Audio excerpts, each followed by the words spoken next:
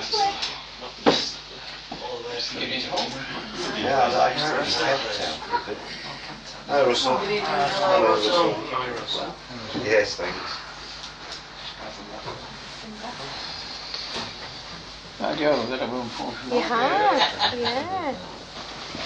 To get a balcony in. A mezzanine. Thank you. It doesn't work so good, you see, I can't see very well anyway. Goodness me. Chill out.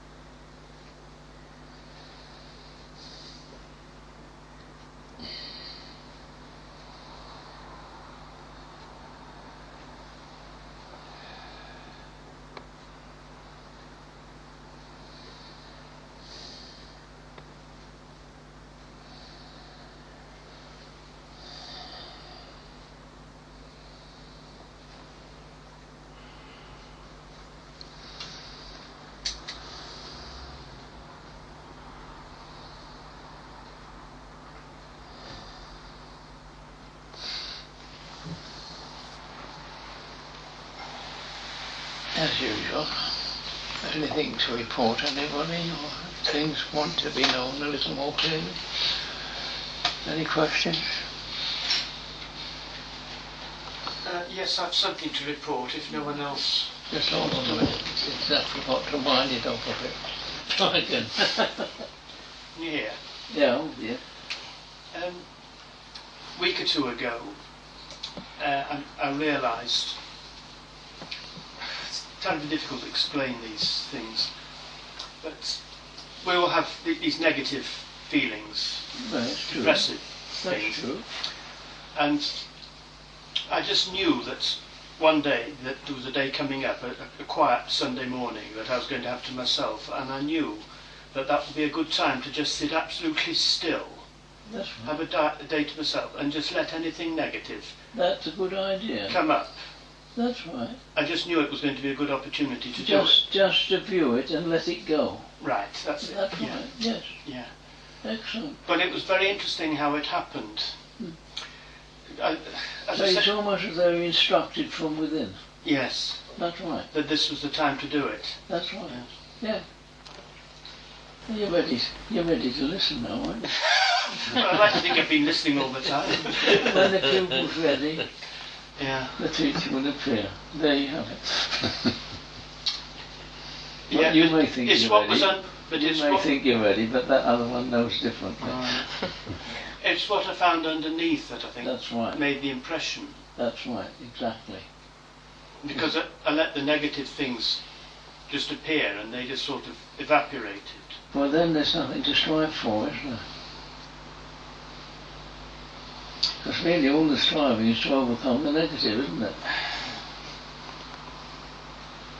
Yeah. And thereby feeding it. That's right, exactly. But when you can learn to let it view it and let it go, then you find you don't need the stress of any kind. No more drive necessary. You can relax into it. That's where things are shown. For a moment I felt a bit of a dilemma. Not really. But It might well have appeared at that point in time, yes, it might well have appeared that, but if you then allow yourself to allow it to happen, then you find it begins to work. Because all the negative things appeared to come together with a sort of Well, evenness. it's like a string of sausages, as you might say, one after the other. It was more as though they were a sort of even weight instead of the usual discordant one. That's right, yes. You don't have to think about them, No. just observe them, that's all. Because you start thinking about, then you're going to start judging yourself. You don't have to. They just fall away, just like that. Because you make no effort to maintain them. Right. But one of the things you probably notice within that, whilst the observation is taking place, where were you?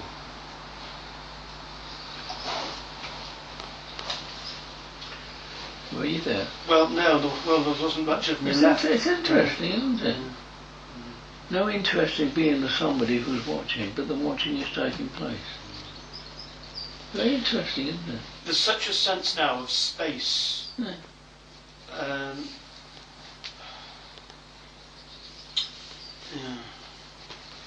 It's just notice that, that's all. Don't try to make anything of it.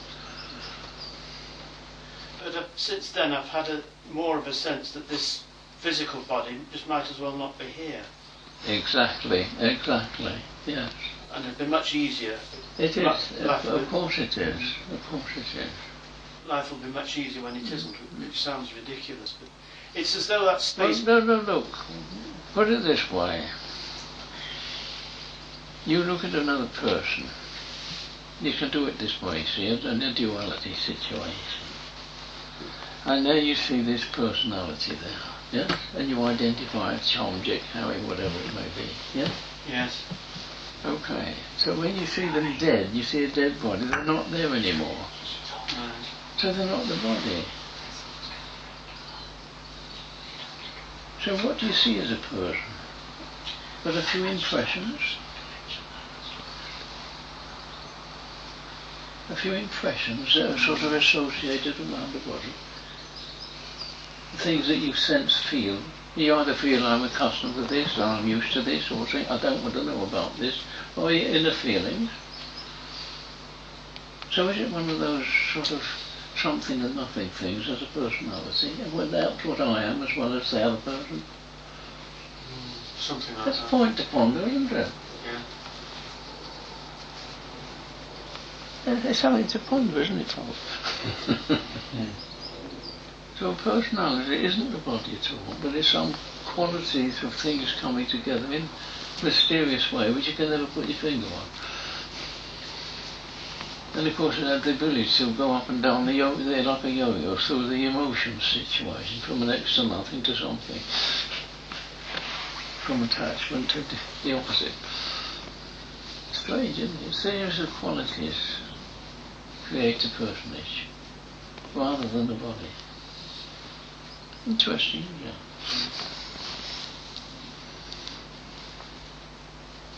So is there anybody there?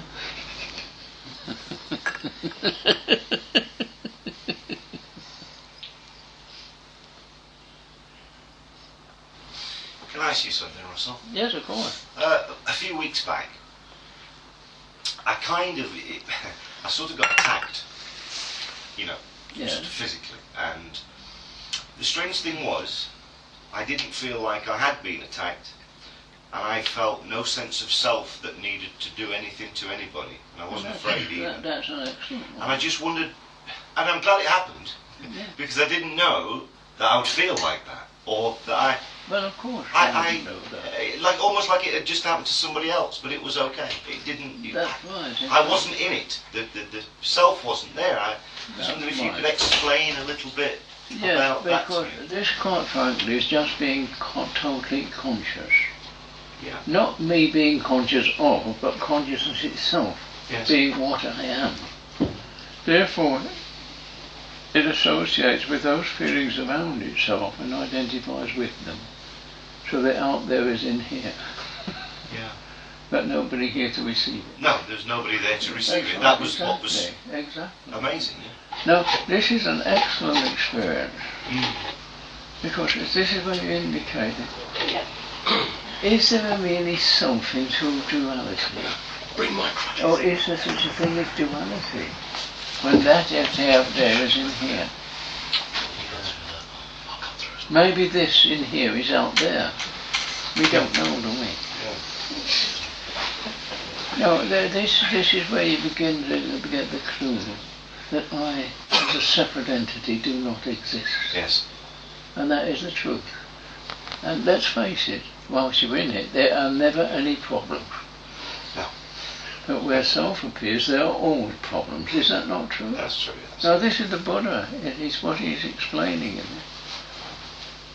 That in a conditioned world of duality, then you have suffering, therefore self, because I cling to that.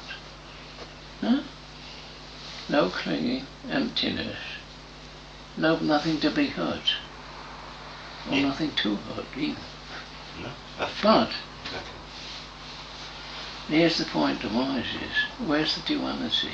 Is all that out there in here as well? And is the inside out there as well? Now, as an example, anybody here in this room now, use your eyes and you see the whole room. There's not a thing in it you don't see. Is that true? It is. Okay, identify one individual or one thing and you've lost the room. Is that true? Identify me, where's the rest of the room gone? Identify that cup, where's the rest of the room gone? So thought is so minimal, and yet consciousness is everything? Yeah, what are we looking at? Points to point. So in true consciousness, everything is there as one, as a whole. Duality, there's this and that, and it's so minimal, it's unbelievable. About as small as a grain of sand against the universe. And we say, oh, this is important. Rubbish. Is it possible? Yes, so. And let's face it, when you identify, you've got a problem. What do I do with it? I've lost myself again. Reality. So there seems to be some sort of... We live in a contradictory area altogether, and we believe the contradiction is the truth. Which isn't, it's the untruth. Yes. Reality, there's no self, and there's nothing to be separate from. So how is there anything that can harm me? Or you? Nothing. Sometimes it can be... I do feel sometimes quite a frightening thing, you know, to But it's not a through thing. conditioning and everything, but now and again I have moments where you feel it's just a conditioning thing, but if you let that go, you feel that you're losing. You can feel through conditioning that you're losing something, even though I know you're not, but it's a very, very hard thing to let go of conditioning and ego. But this is where we have our problem, you see. In ordinary everyday life we grasp at things, I can possess it or reject it, whatever I like, to some degree. But that's dependent upon conditions anyway. But when we're seated this different way in life, there's nothing to be bothered about because it's all the same thing. But the point about that is, there's a little book somewhere a friend of mine wrote a long time ago about two birds in the tree and talking to one another. One was on the branch over here and one over there. And this little bird says, do you know, it's very strange, he says, I'm sitting at the centre of the universe. And the other one thinks, I say, oh no, you're not. I'm in the centre of the universe. So this one place is, you know, that's very strange. It's still... Point of wonder. It means something, doesn't it? Absolutely, yeah. And little silly little things like that do explain things. Now you see, there's another little thing, a verse that comes out of the Bible somewhere. I don't know exactly where, so some of you might know. A statement was made some long time ago. Not a bird falls from the bush that the Father isn't aware of, because the Father being God. What does that mean? He isn't aware. He supposedly created all these things. Or did he recreate them, or did he not? Or are they an emanation of himself? Which means there's nothing he could not know about it. The bird, the bush, the air, the earth, whatever. He is all of that. That's consciousness. But consciousness already knows the whole. It doesn't see bits and pieces. Point from that. And in your experience you found that to be true, haven't you? Yes, in many cases I think. Yeah. More so now But of course, than ever before. there's still vestiges of grasping here and Absolutely. Oh yeah, a lot of fear still. there. And a little bit of judgment here and there. Well, gradually as you begin to move into this area, they will fall away. You don't have to get rid of them. They'll fall away from you. All you do is just live on with it, that's all. You don't have to strive for anything, but just learn to be relaxed and accept, okay, that's okay, the way it is. And it will fall away. Just like that. That's the only job you have to do. You have to let it go. It's not important anymore. And then you find you get that clarity and sort of float up into a different dimension. And it's a wonderful dimension. Then the more we strive, the more they push it away. You can't strive for this. You have to learn to relax into it. The more relaxation, the less striving. All of the emotions, you see, this way of emotive action, that's what karma is called by. Thoughts and ideas, emotion to drive it into creation. So we're constantly renewing a world that doesn't exist. An imaginary world. And that's what we've been living in all the time. It wasn't really there. You have to force it. By the same token, in practical terms in the world, the same thing applies. It's a nonsensical thing. If you take the money in your pocket, does it really exist? Take a note out, you see, I promised to pay, 1,000,000 times written all over it. I promised to pay the sum of whatever it is. You try and get someone to give you the money for it. It doesn't exist. So we live under a lie. It doesn't matter what currency it may be, it's a similar thing applies. It has no true value but what we accept it to be. And it works. That's what makes us think it's real. It's a bit of a joke, isn't it? How many other things of that nature? It's not a world of truth, it's a world of lies. But since we all accept it as lies, then it seems to work. But only appears to on the surface. But that's why it's always so much unmessed about it. There's something not quite funny right about it. Little things to consider, you know, in almost a practical way, and even at halfway stage you still go, what the hell's going on here? I don't quite know, I don't understand. You never will understand.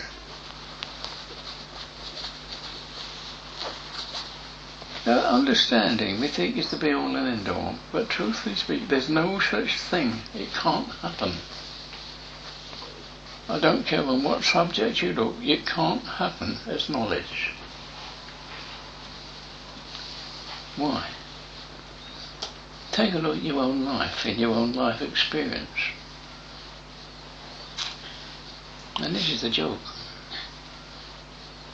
As far back as you can remember, go back that far and come forward.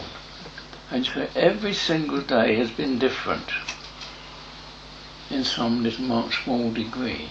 Though you take it over a month or a year, then it's a larger difference. Is that not true? So everything is changing all the time.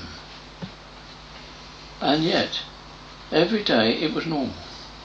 So it's as normal now as it was when you first remember. That's a bit delusory, isn't it? Normal? What is normal? It's something that's constantly changing. How can you understand that? Can you come to any conclusion? Because it's still moving on to tomorrow. And you don't know the next hour what's going to happen. Does that not change your view? So how can you have a true understanding of anything that stays static? And that's what we strive for. The scientists with their theories about the world and things like that, they've changed over the centuries. And they're still changing. We still haven't got enough to truly understand it, so we have to search for more of it. They realise that now, but they can't truly understand anything. There's a point. Why do we try? When things are moving all the time, we never know what's going to come next anyway. So everything is evolving. It means moving from this into something else. Growing from this to that. You can't stop an aging process, but all straight along it, there is a difference taking place every moment of the time. How do you understand it? You can't. But you can be with it and know it's happening, and be part of the process. Knowingly, but not understanding. There's a big difference, isn't there? There is a very, very big difference. Knowing is experiencing. Understanding is something wordily, and it's really is never still. How can you explain that? Little things to ponder, you know. And your life is like that all the time. It's evolving into something of greater nature, ultimately. And you're in the process of making that change. By virtue of becoming more, just momentarily, fully conscious for a moment. You see, everything is different. It's not the same anymore. True? Yeah. Totally, utterly different. And yet, it feels wonderful, doesn't it? Yes, In it the just process. is. It's It not at all feels strange. amazing, yeah. It's not a strange thing. I feel much more familiar with this than what I've just left. Yeah. It's like an elation. It's an amazing. That's right, exactly. Yeah, So in fact, if anything, you're going home. yeah. Yes. Make a joke, isn't it? Yeah. It's not strange or new. It's something that's already known in consciousness. But we're so busy thinking, we lose consciousness. We're back to the minimal bit instead of the whole thing. The room, yeah. You see?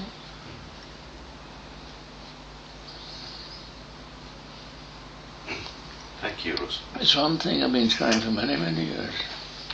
And still people catch on and move. Ask a question. What means most to a person? The way they think or the way they feel inwardly?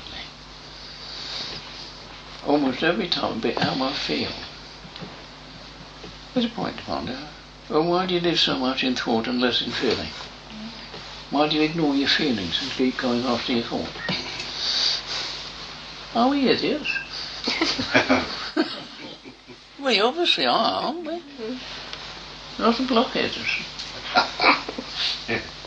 Well, let's be honest about it.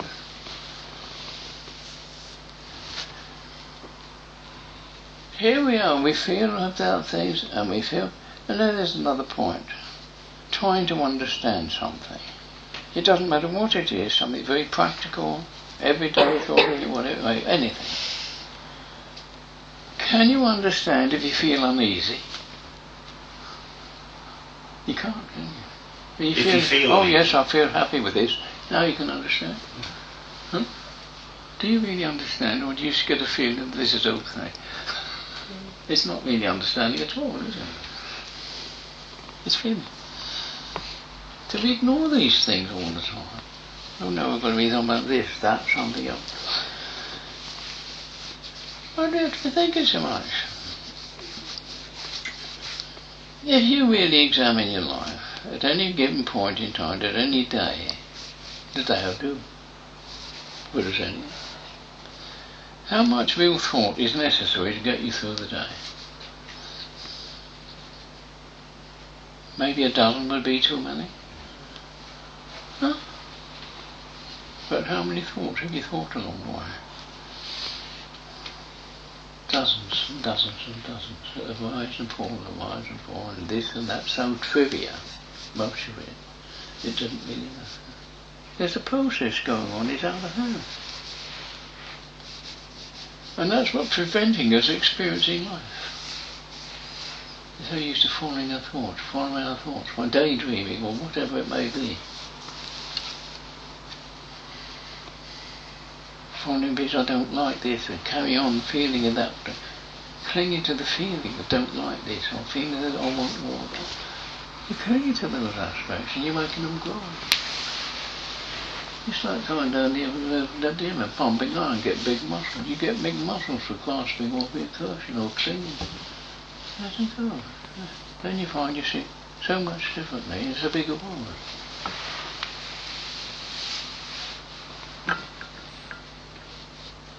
Your eyes see things all the time, and your mind just... But if you remind it, like you walk down the street, night such this maybe, and somebody stops it and says, did you see whatever it is? Oh yes, it did. But it's very strange, it's already almost been forgotten already. Because you're too busy thinking what we're going to do next week, about my holidays next year, what about my Aunt Fanny last week. All sorts of funny little things, you know. Not really important. And it prevents you from seeing and experiencing things of that nature. The eye sees everything. Now the ear hears everything too. Do the ears hear words? Or just sound? Now there's a point to ponder, isn't it? You're doing it all the time. I tell you, I've got some hearing aids in here. It showed me an awful lot. Because I get a cacophony of sound from all directions.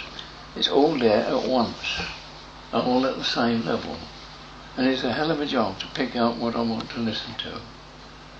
But we're so used without these hearing aids to taking it all in and just picking out what we want to and ignoring the rest, the same as with our eyes. Is that not true? Mm-hmm. So used to do it, you don't know there's any other sounds there half the time.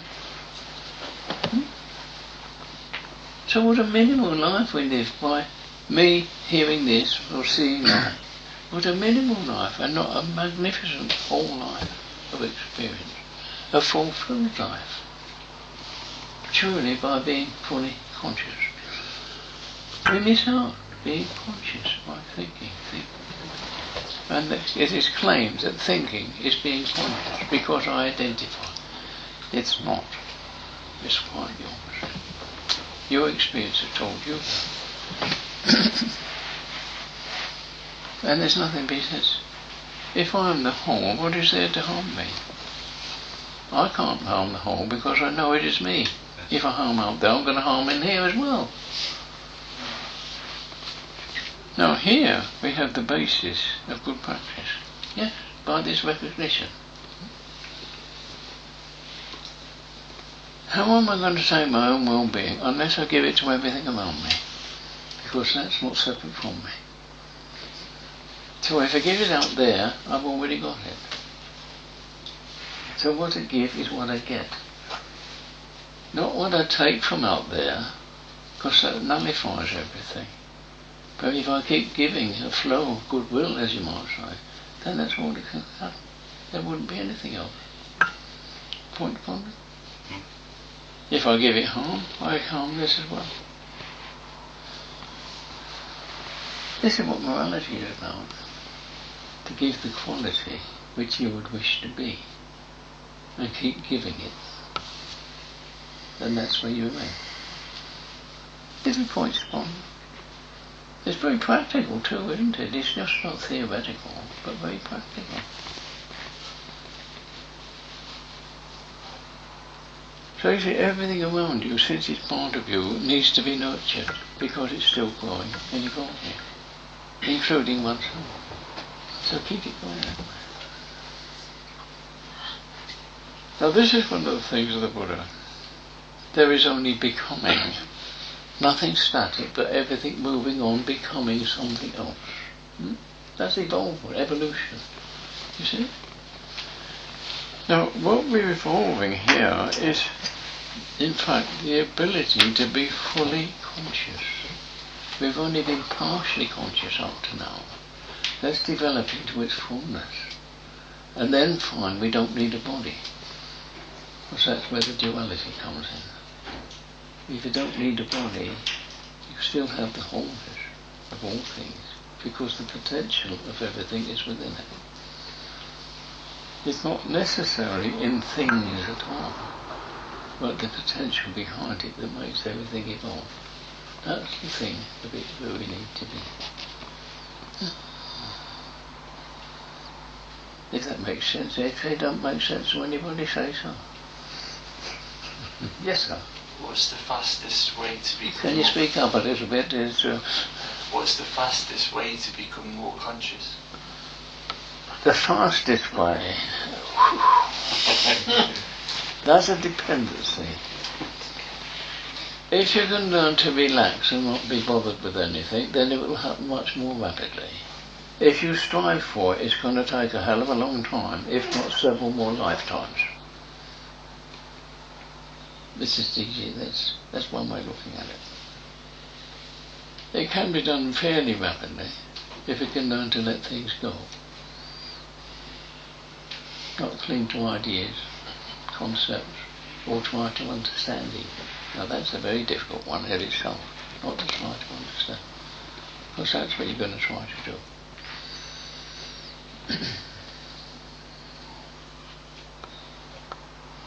There is a shortcut, I'll grant you, but I don't think you're quite ready for that yet. So therefore I'm not going to tell you.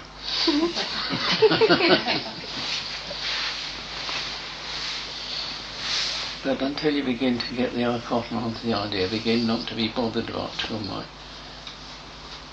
It's best go in the best you can.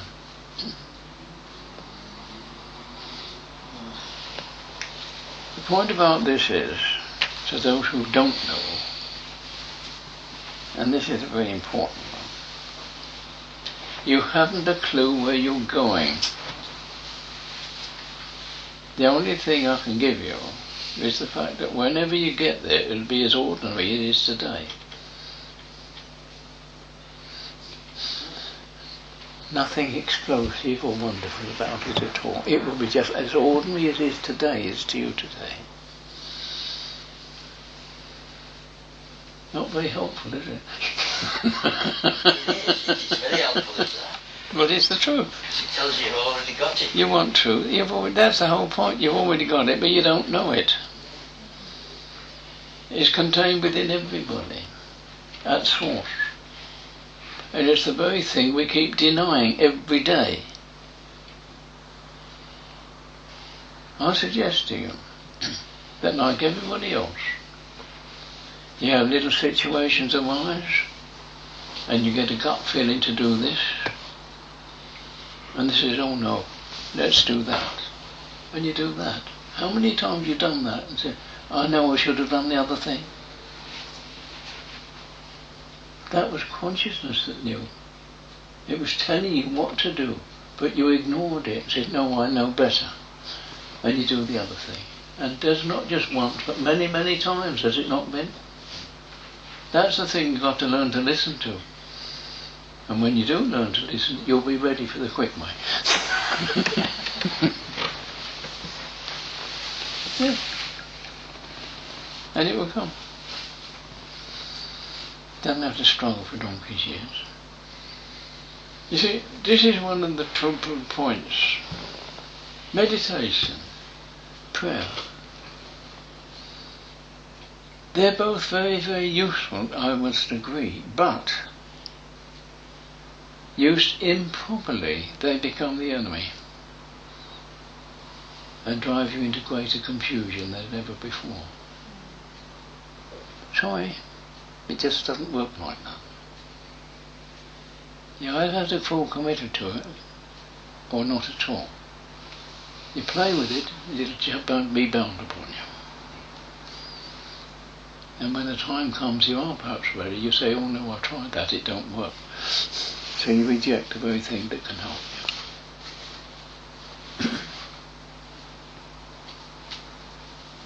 you. In many cases, there's nothing wrong with the practice itself. It's merely a question how it's been instructed. There's very few people who can instruct in these manners. Because they have to be people with insight and not people of learning.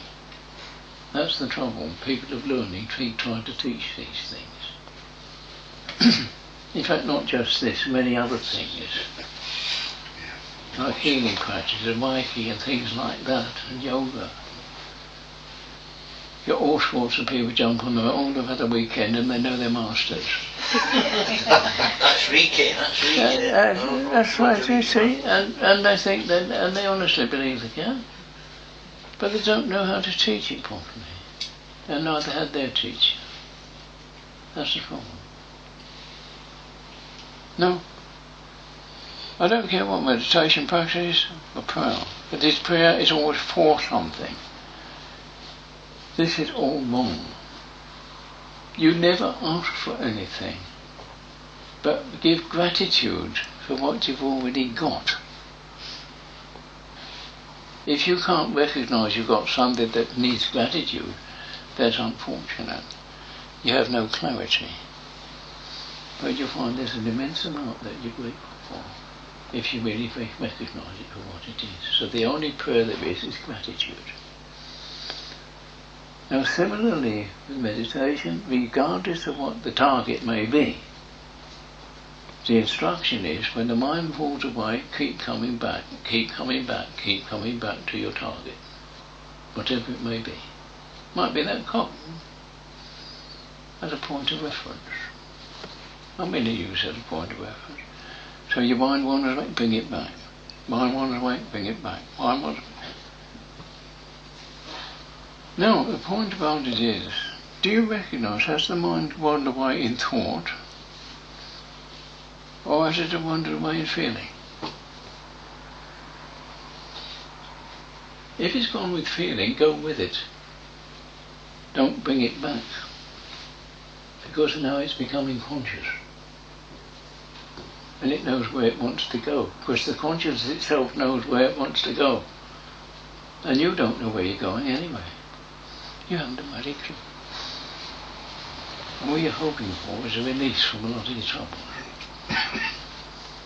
They will come about, provided you go into the feeling area and not the thinking area. So reach the point where you don't wander off, but you're sort of wandering a different way.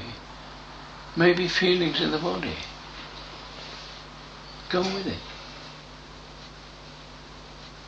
Usually it's very practical nature. In the first feeling an itch here, a bit itch there, a bit of discomfort there. That's fine, lovely. That's what we want to hear. To recognise the discomfort's there. As a result of that, it gradually becomes more open to see things that are supporting those things, and that supports those.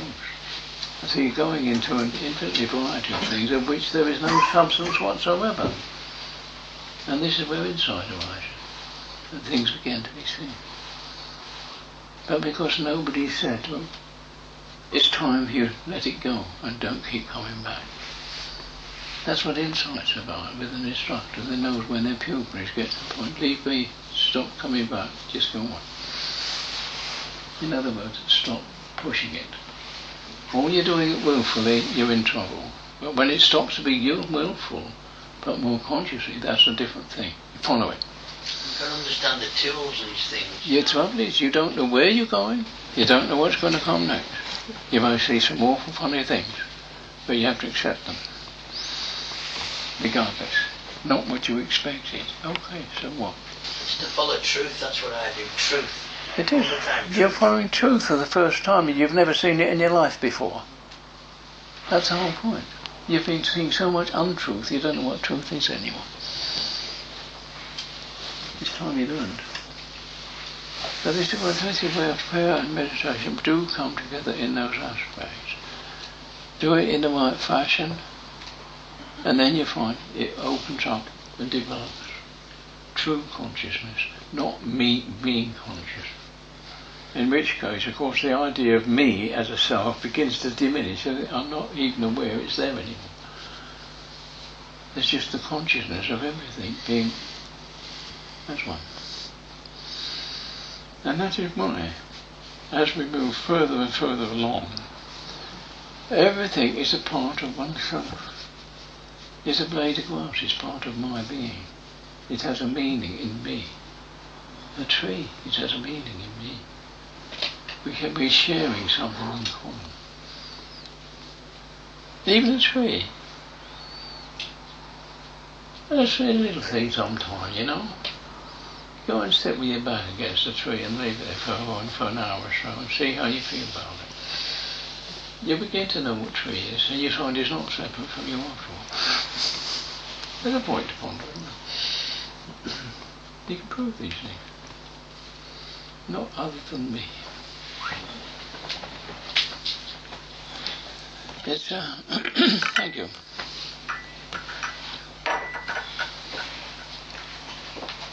see, as a result of this, that our friend Steve, who wrote that book of my life, pondered also with us twice, but I came up with not I, but not other than I. Well, this is what it really means. That bit of consciousness that speaks through this which you assume to be me. If it didn't have this body and the degree of attachment to what I was, it couldn't speak this way. You assume that it's me as a person speaking. It's not. Quite frankly, I don't know where it all comes from. It just comes. You have to listen to what happens. I think you appreciate that, don't you? Absolutely. Oh yeah. Could you define just for me, Russell, simply? So as you've when we say consciousness. When you've been with it a few years, such as I have, Yeah. it's so normal. Yes. And you're quite content that it is that way. Yeah. With only one proviso.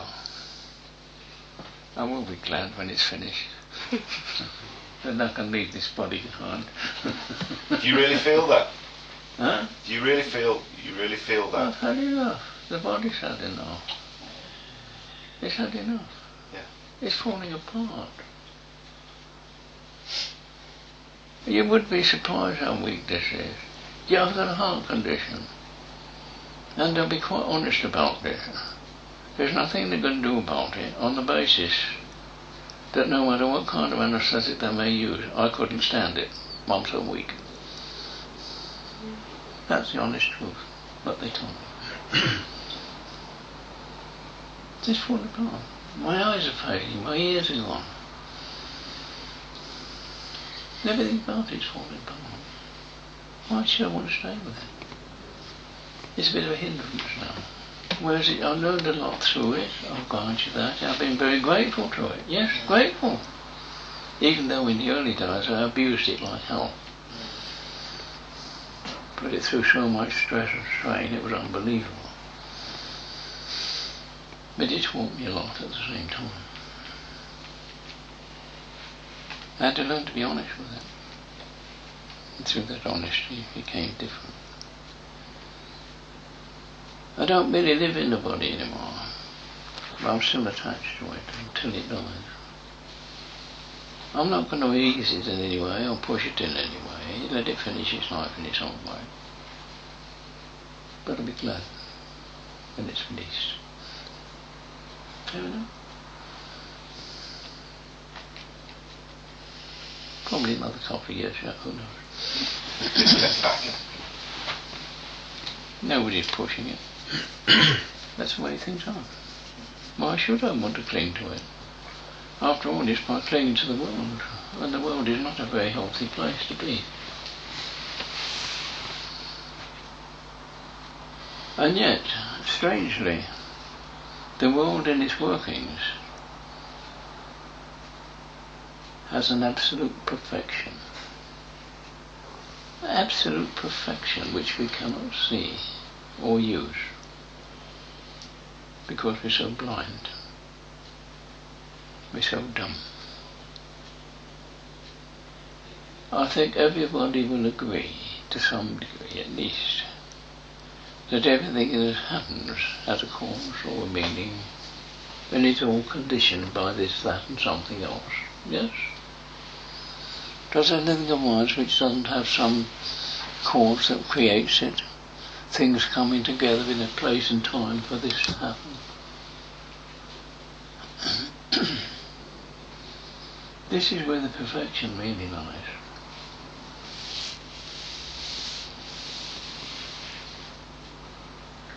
That which is about to happen, two different conditions coming together in a time and place.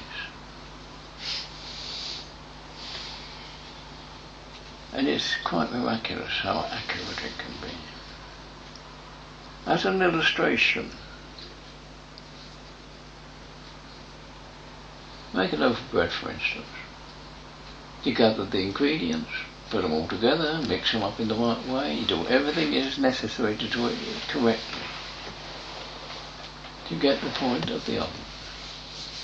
You prepare the oven to the right temperature. You plug it in a tray baking tin, plug it in. Everything so far has been perfect. So we would expect a perfect loaf to come out. Suppose you have to bake it for a full hour, and you take it out a quarter of an hour too early. You get a sticky mess. Well, it's not unrecoverable yet, but for another quarter of an hour, and then perhaps you might get a perfect loaf. But suppose you leave it another quarter of an hour and you get a burnt offering. Is that not so? Due to the time factor included with the other factors, it will either be one of those or three. Is that true or false? Inevitable.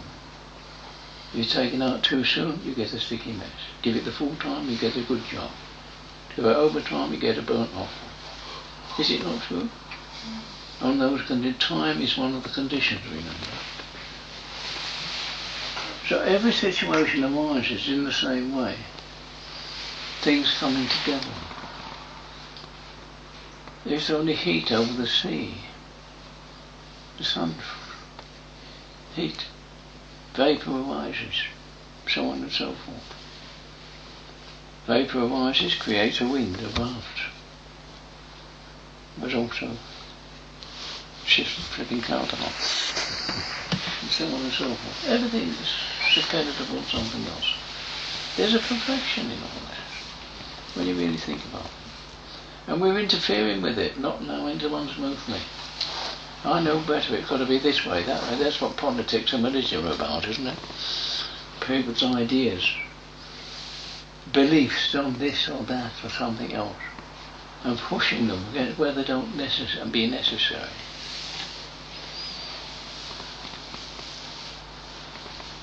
This was something that worried me when I was a kid.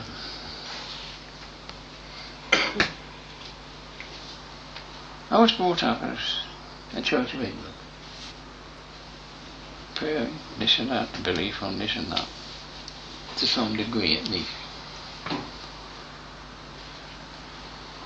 And then I found that the offerings we made in church would help poor people in other countries as such, and unfortunately the situation arose whereby one of my schools was in Egypt. And I find they were doing exactly the same thing now, collecting money in the church to send to poor people in England. It sort of took the cream off the milk, as you might say. This is a bit something odd about all this. It's a money-making effort. There's no reality there at all. So a lot of doubt arose as a result of these things, as you might say. But something else happened too.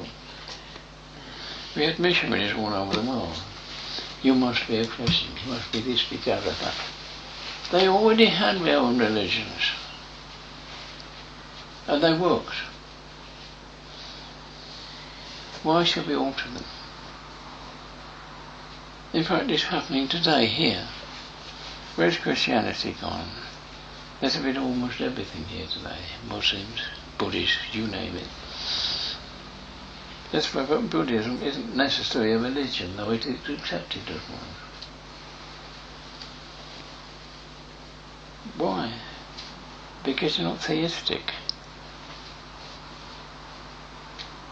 It doesn't deny God. Never ever did that. But it really questions, do we really know? Do we need to believe? That's a different thing altogether. And the strange thing is, we can find out. Yes. We can find out. There is a creator. It is consciousness. That is what God is. It's a power, wonderful power, from which all things are beyond. All things come out of that consciousness.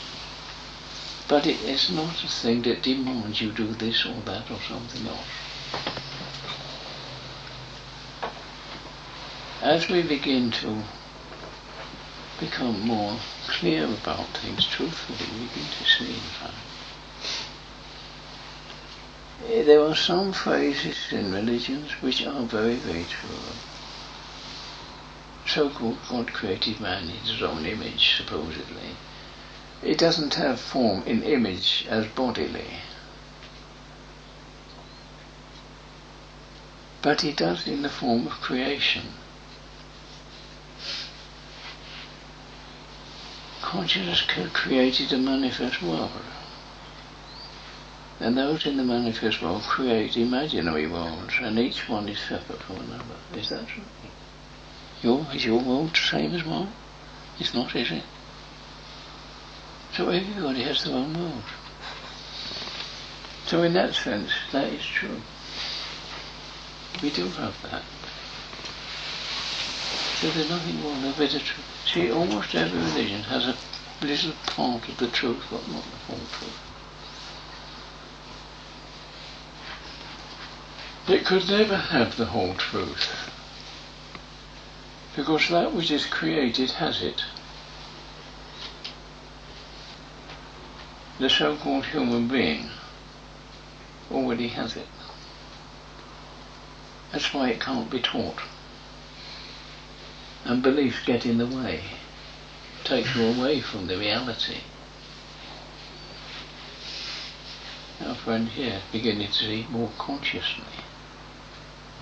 He is touching into those areas, the source from which we all come. And it's a very comfortable source. It's as though you're going home again from a long, long journey, away, away, away. So it doesn't in any way decry God in that respect, but merely sees it in a different way. People see God as a terrible thing, but the Buddha got it right. As it arises, there is only becoming. There's no such thing as death. It doesn't happen. Merely change, not death. Even biblically, and here's a surprising one, you may or may never have heard of such things. Yes, there is a Christ spirit. Oh yes, there is. There was also a series of others that came down through until we get to the seventh one, which was, in fact, the bright one. The so-called very bright one indeed, Lucifer. That's why they call him the bright one, Lucifer. Who in fact tried to take over control of those mystical heavenly states. But was not allowed. But death is not allowed either. So what happened? He's given a world to play with. This is your. That world is known as the earth, on which we live. So he becomes two, the God of the Jews, Jehovah, but also Satan.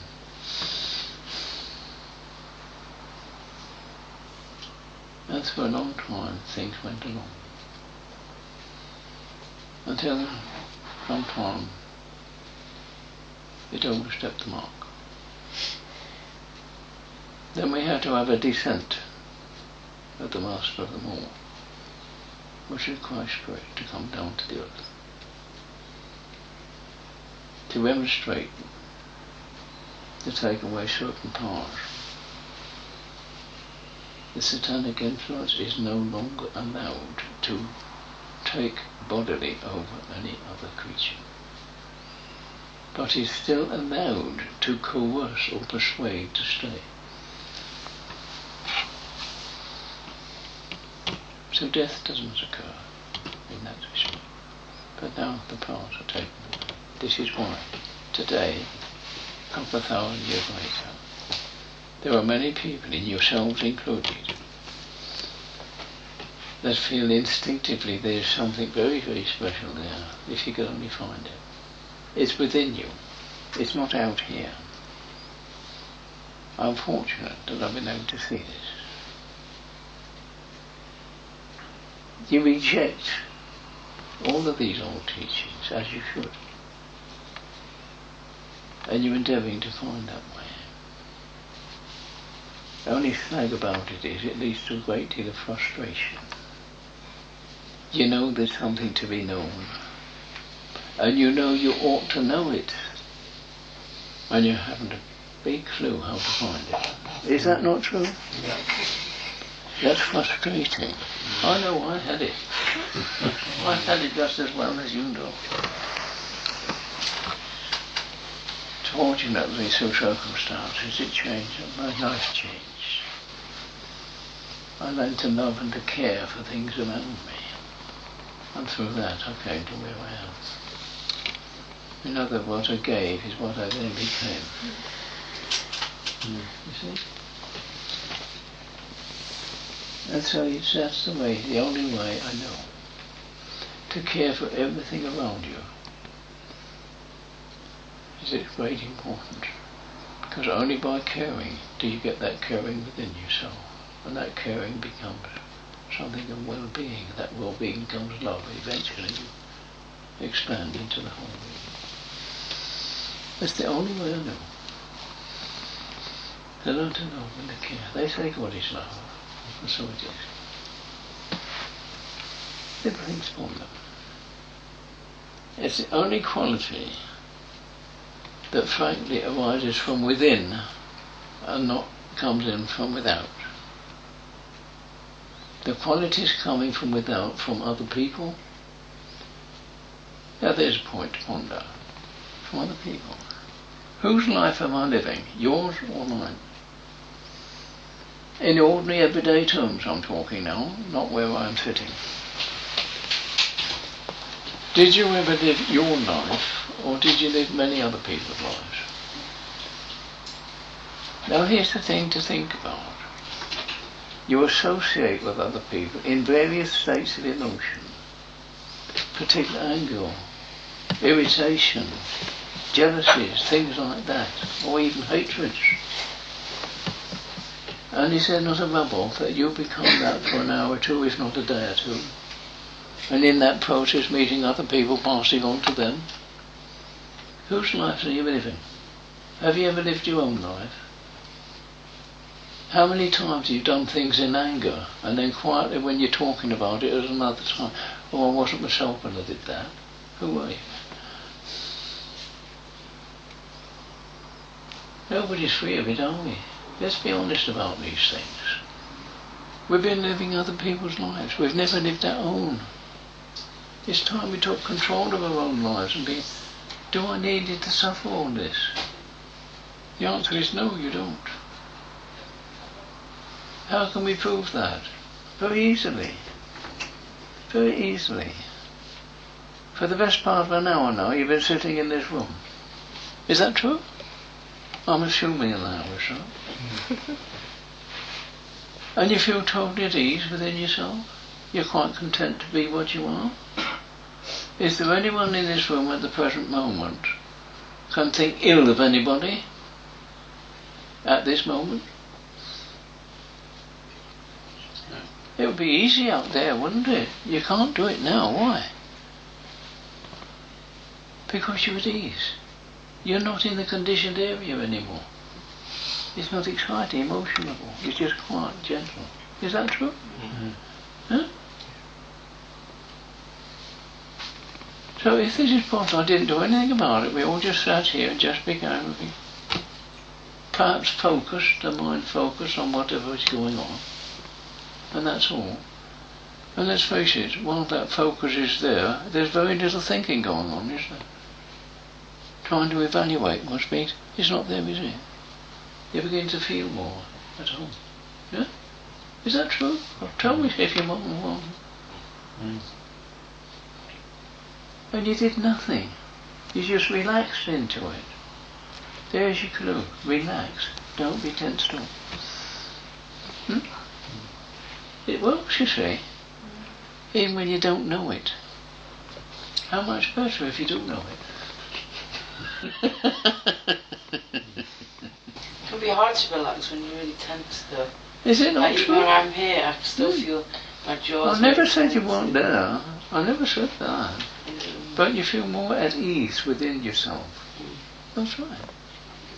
And when you're at ease within yourself, you don't pick up these points, mainly because they're not around you in the first place. But if you did meet someone who came in, it wouldn't bother you too much, because you're at ease. But if you're slightly bit tensed up, then it will bother you, because it will rub off.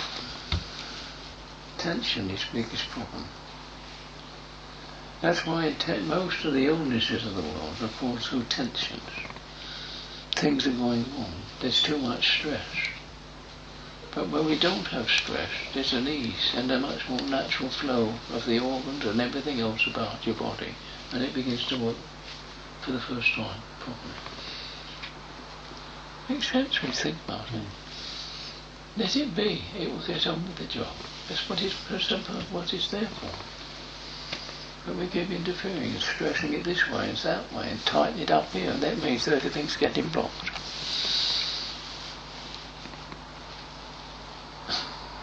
Learn to relax, be more relaxed and at ease, and you find things go differently.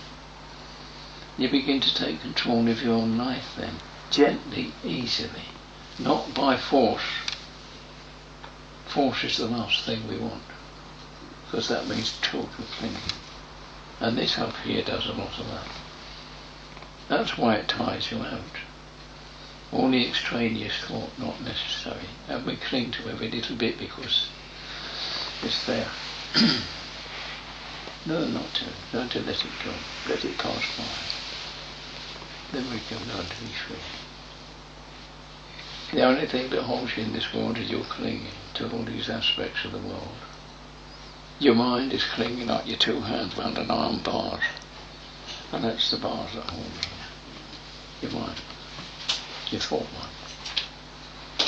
In Buddhist terms, mind is consciousness, not thinking.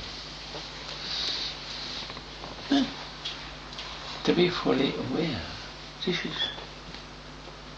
and to be fully aware is to be not separate from the whole, but part of it. I wouldn't say part of the whole, but not separate from the whole, put it that way.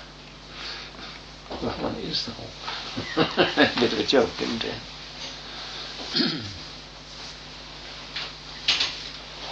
But anyway, momentarily, we'll just stop talking for a little while. And hopefully we get a volunteer or two to go and make some tea. How about that? How about that, eh? Goodness gracious me. And in the meantime, those who are stuck left here, just talk to your neighbours a little bit about what's been going on. How you respond to it, if at all.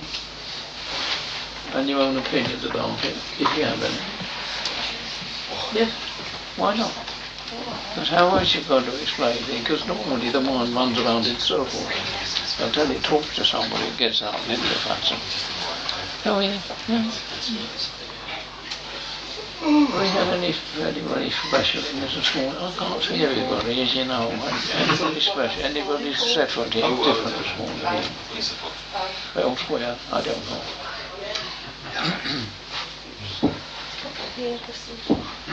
Yeah, so She would not be before. somebody's here not been before. Can't hear you. Somebody here not been before, I saw. They were. Yeah, over there. Let's have a look word with you. Let's have a word with you. I can't see so well, I can't recognise anybody. Right, now come and have a word in the back room then. Yeah. There's a chance for How are we doing? Okay. How are you doing? Right. Let's head off the last week.